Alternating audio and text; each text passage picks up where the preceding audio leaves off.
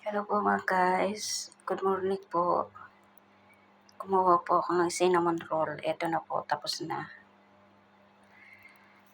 Ayan po, inalis ko na po siya sa oven. Yung pong white sa taas, white sugar po yan.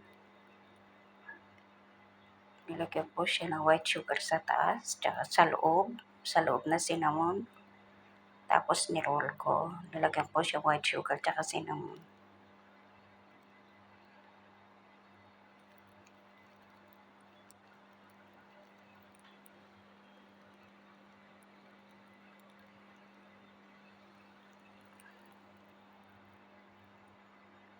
Serve ko na po sa amo ko, lagyan po siya ng sweet sa taas. Thank you so much po for watching. Maraming po salamat.